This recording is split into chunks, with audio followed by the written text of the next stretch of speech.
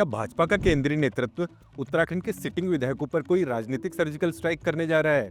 क्या अगले विधानसभा चुनाव में कई मौजूदा चेहरों का टिकट कटने वाला है? और अगर ऐसा होने वाला है, तो ये किसके इशारे पर और कौन सी रणनीति के तहत होने वाला है?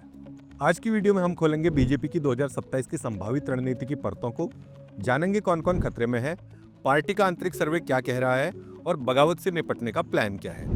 नमस्कार, मेरा नाम है मंजुल और पॉलिटिकल हुल्लड़ में आज हम किसी अफवाह पर नहीं, बल्कि पिछले चुनावी ट्रेंड, बीजेपी की कार्यशैली और उत्तराखंड की राजनीतिक असलियत के आधार पर विश्लेषण करेंगे कि टिकट कटने की चर्चा कितनी सच है और इसके पीछे क्या कारण हो सकते हैं।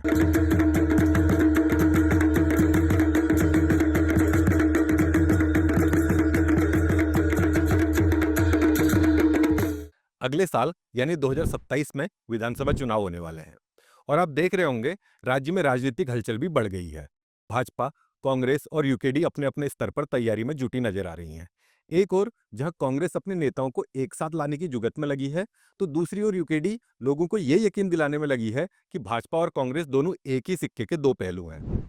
अब जब संगठनात्मक रूप से भाजपा से कई ज्यादा कमजोर दिखने वाली पार्टियां इतनी मेहनत करती दिख रही हैं, तो मजबूत संगठन वाली भाजपा की तैयारी का अंदाजा आप लगा सकते हैं। बाहर से लोकतांत्रिक दिखने वाली भाजपा को गौर से देखा जाए तो साफ दिखता है कि भाजपा में बूथ लेवल से ही घोड़े दौड़ाए जा चुके हैं। चुनाव से पहले तीन तीन जमीनी सर्वे जैसी बातें कही जा रही हैं।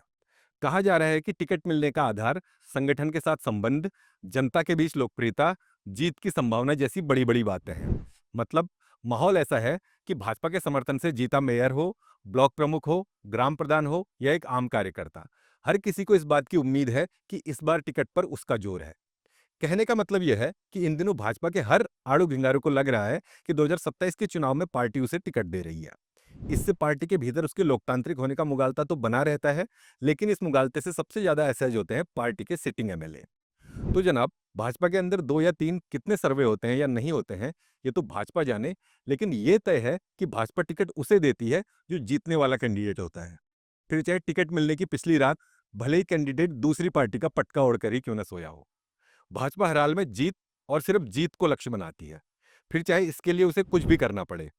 जहां बाकी पार्टियां 5 या 10 साल सरकार चलाने के बाद एंटी इनकम्बेंसी के चलते ढीली पड़ती हैं, भाजपा इस एंटी इनकम्बेंसी से लड़ने का उपाय ढूंढती है। गुजरात, हरियाणा, मध्य प्रदेश जैसे राज्यों के पिछले विधानसभा चुनाव इस बात का उदाहरण रहे हैं कि भाजपा का टारगेट सिर्फ जीत होता है। इन राज्यों में जीत के लिए भाजपा ने सिटिंग एमएलए छोड़िए ऐसे लोगों के टिकट तक काट दिए जो चुनाव से पहले राज्य की कैबिनेट का हिस्सा थे।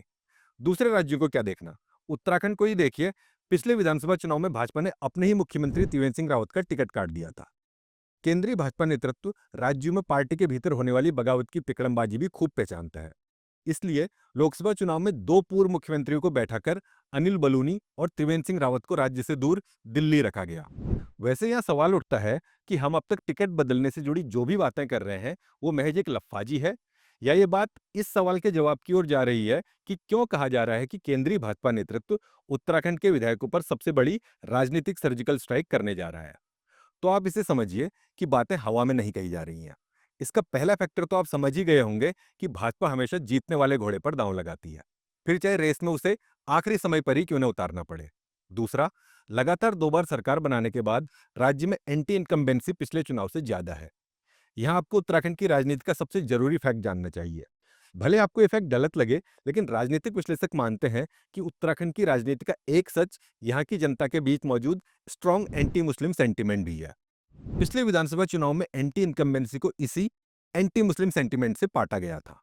अगर आप उत्तराखंड की राजनीति को फॉलो करते हैं, तो पिछले विधानसभा चुनाव के आखिरी दिनों में प्रचारित प्रसारित हरीश रावत की टोपी वाली तस्वीर के साथ उनका मुस्लिम यूनिवर्सिटी वाला झूठा बयान आपको जरूर ध्यान होगा।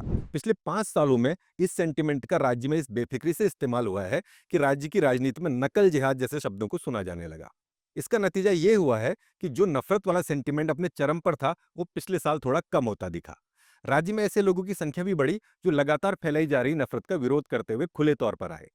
नैनीताल की शैला नेगी और कोटद्वार के दीपक का बतौर हीरो के रूप में स्टैब्लिश होना इस बात का साफ सबूत है कि इस बार एंटी इनकम्बेंसी का इलाज पिछली दवा से होना थोड़ा मुश्किल है। हालांकि भाजपा के स्थानीय नेता अभी भी इसका इलाज पुरानी दवा से चाहते हैं। भाजपा के विधायक विनोद चमोली इन दिनों फिर से मुस्लिम यूनिवर्सिटी वाले जिम का जो चिराग घिस रहे हैं, या 10 साल से राज्य में सरकार होने के बावजूद भाजपा के नेता जो हर तीसरी सुबह डेमोग्राफिक चेंज का राग अलापते हैं, वो यूं ही नहीं है। जाहिर है ऐसे में चेहरे बदलने की बात खूब चल रही है। वीडियो के आखिर में हम बात करेंगे कि आखिर वो कौन सी सीटें हैं जिन पर टिकट बदलना तय है। पर पहले थोड़ा भाजपा के भीतर के संगठन के सहारे ये समझने की कोशिश करते हैं कि आखिर कौन से कारण हैं जो विधायकों पर राजनीतिक सर्जिकल स्ट्राइक के तथ्य को मजबूती देते हैं। भाजपा का संगठन धीरे धीरे अगली पीढ़ी को सत्ता सौंप रहा है। नितिन नबीन का भाजपा अध्यक्ष बनना इसी क्रम की घटना के तौर पर देखा जा रहा है। इस लिहाज से भी देखा जाए तो उत्तराखंड के कुछ विधायकों के टिकट कटने बिल्कुल तय बताए जा रहे हैं। उत्तराखंड प्रदेश महामंत्री में तरुण बंसल, दीप्ति भारद्वाज और कुंदन परिहार के नाम भी इस ओर इशारा करते हैं कि उम्र यानी आयु टिकट बंटवारे में एक महत्वपूर्ण बिंदु हो सकता है। टिकट बंटवारे में पार्टी संगठन के साथ रिश्ते एक अन्य महत्वपूर्ण बिंदु है। लेकिन अक्सर पार्टी संगठन से संबंध का मतलब भारतीय जनता पार्टी से संबंध को समझ लिया जाता है, जबकि हकीकत यह है कि पार्टी संगठन के साथ रिश्ते का मतलब है संघ यानी आरएसएस के साथ संबंध। भले भाजपा के नेता ढोल पीटते रहें कि आरएसएस का कोई दखल टिकट बंटवारे में नहीं रहता, लेकिन हकीकत यह है कि भाजपा से टिकट पाने के लिए आरएसएस की पृष्ठभूमि महज बोनस अंक नहीं है, बल्कि टिकट पाने के लिए आरएसएस का क्लीन चिट वाला प्रमाण पत्र अनिवार्य है। अब इस क्लीन चिट वाले प्रमाण पत्र को समझने के लिए आपको यह समझना होगा कि भाजपा टिकट बंटवारा करती कैसे है। दरअसल भाजपा किसी भी चुनाव से पहले उस इलाके में आंतरिक सर्वे कराती है, जिसे मीडिया इन दिनों विधायकों की गुप्त अग्नि परीक्षा कहता है। ये गुप्त अग्नि परीक्षा और कुछ नहीं, अलग अलग समय पर हुए पार्टी के आंतरिक सर्वे हैं। इस सर्वे से ये जानने की कोशिश होती है कि किसी विधायक या सांसद को लेकर आम जनता के बीच क्या परसेप्शन बन रहा है। हाल ही में आपने अचानक उत्तराखंड के भाजपा विधायकों को अपनी अपनी सीट पर एक्टिव हुआ देखा होगा। ये वही दिन थे जिसके बाद भाजपा ने 2027 के विधानसभा चुनाव से जुड़ा अपना पहला सर्वे कराया था। इस सर्वे के बाद ही भाजपा के सिटिंग एमएलए के टिकट कटने जैसी बातों को और हवा मिलने लगी। खैर, लौटते हैं भाजपा में टिकट की दावेदारी में आरएसएस की भूमिका पर। तो जिस सर्वे की बात हो रही है, ये कोई सरकारी सर्वे तो है नहीं कि आपने सरकारी स्कूल के मास्टर को एक फॉर्म पकड़ाकर घर घर भेज दिया। अब न तो चौपाल लगती है और न बाजारों में गपशप के अड्डे ही बचे हैं। इसलिए इन सर्वे के लिए एक सटीक जगह आरएसएस और उससे जुड़े अन्य सांस्कृतिक दलों के कार्यक्रम होते हैं। इसलिए टिकट के हर दावेदार के लिए इन संगठनों के भीतर छवि बनाए रखना जरूरी हो जाता है। ये छवि इसलिए और ज्यादा जरूरी हो जाती है क्योंकि भाजपा नेतृत्व इन संगठनों के पदाधिकारियों से दावेदारों की सीधी रिपोर्ट भी लेता है। भाजपा को सालों से कवर करने वाले कई पत्रकार यहां तक कहते हैं कि चुनाव जीतने के बाद संघ हर विधायक और सांसद के साथ बतौर पीआरओ अपना व्यक्ति रखता है, जिसका काम विधायक की पीआर से ज्यादा उस पर निगरानी रखना होता है। कुल मिलाकर भाजपा से टिकट पाने के लिए ये कुछ मुद्दे हैं जिनके आधार पर यह कहा जा रहा है कि 2027 के चुनाव में कई सिटिंग एमएलए का पत्ता साफ हो रहा है। जिस तरह से राज्य सरकार आधे कैबिनेट मंत्रियों के साथ चल रही है, उसके बावजूद भाजपा के विधायक सिवाय मुस्कुराने के कुछ नहीं कर पा रहे हैं। इसे देखकर इस बात पर मुहर लग जाती है कि टिकट कटने की तलवार लटकी तो जरूर है। अब आते हैं ये तलवार कितने विधायकों पर लटकी है। तो भीतर खाने की खबर ऐसी है कि करीब 21 विधायक इस रेड लिस्ट में हैं। जिस तरह से भाजपा प्रदेश अध्यक्ष महेंद्र भट्ट का इस हफ्ते का बयान है, उसे देखकर कहा जा सकता है कि ज्यादा उड़ने पर कैबिनेट मंत्रियों तक के पर काटे जा सकते हैं। पहले सर्वे के बाद जो बात स्पष्ट रूप से सामने आई है, वो ये है कि भाजपा 70 पार के किसी भी विधायक पर दांव खेलने के मूड में नहीं है। 2027 के चुनाव की थीम भाजपा युवा उत्तराखंड के आसपास रखना चाहती है, जिसमें 70 पार सिटिंग एमएलए पूरी तरह मिसफिट हैं। इसलिए इन्हें बाहर का रास्ता दिखाने की बात कही जा रही है।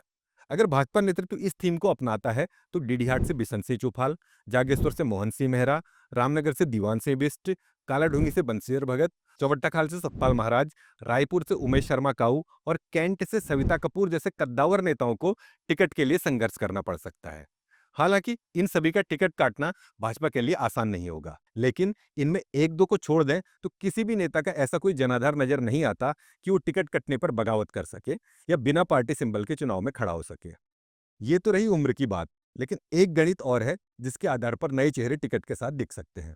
ये नए चेहरे उन विधायकों की जगह दिख सकते हैं जो आपको कभी कांग्रेस में दिखते थे। यानी टिकट कटने की तलवार उन नेताओं पर भी नजर आ रही है जो कांग्रेस से भाजपा में शामिल हुए थे। आने वाले दिनों में देहरादून में भाजपा की एक बैठक होनी है, जिसके बाद ये काफी हद तक तय हो जाएगा कि भाजपा के और कितने विधायकों को टिकट के लिए अपनी ही पार्टी के भीतर लड़ना होगा और पार्टी के भीतर बगावत के लिए भाजपा कौन सी तिकड़म बिछाएगी। फिलहाल आज की रिपोर्ट में इतना ही। जल्दी चर्चा करेंगे उन सभी विधानसभा सीटों की जिन पर भाजपा केंद्रीय नेतृत्व करने वाला है पॉलिटिकल सर्जिकल स्ट्राइक।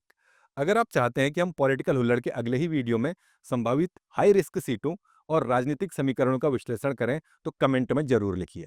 धन्यवाद।